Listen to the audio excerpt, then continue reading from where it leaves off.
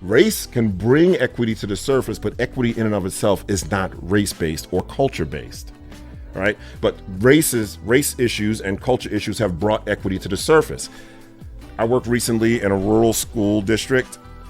It was all white, but you know how we do? We're human beings, man. We we have this thing, we want to separate ourselves. So even in that small community, it had to be 3 miles wide.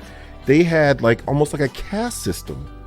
You know, like these are the poor kids, but these are real poor white kids. But these are real poor, and then the ones that live on that side. So they had a whole strata. Everybody was white.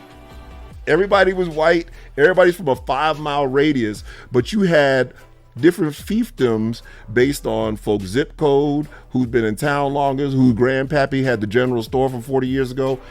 So they had clear equity issues because the kids who lived in the trailer park, the staff clearly thought those kids were dumb. With love.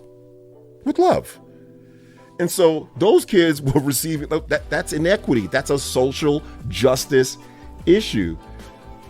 But if you ask them when I walked in there, if equity was an issue for them, they're like, oh, no, we want to do PLCs. It's not equity. No, you got an equity issue here, right? You got an equity. You got stuff that you're saying some kids have to learn, but not those kids. That's an equity issue. That's the biggest misconception, that it's everything has to be race-based or culture-based.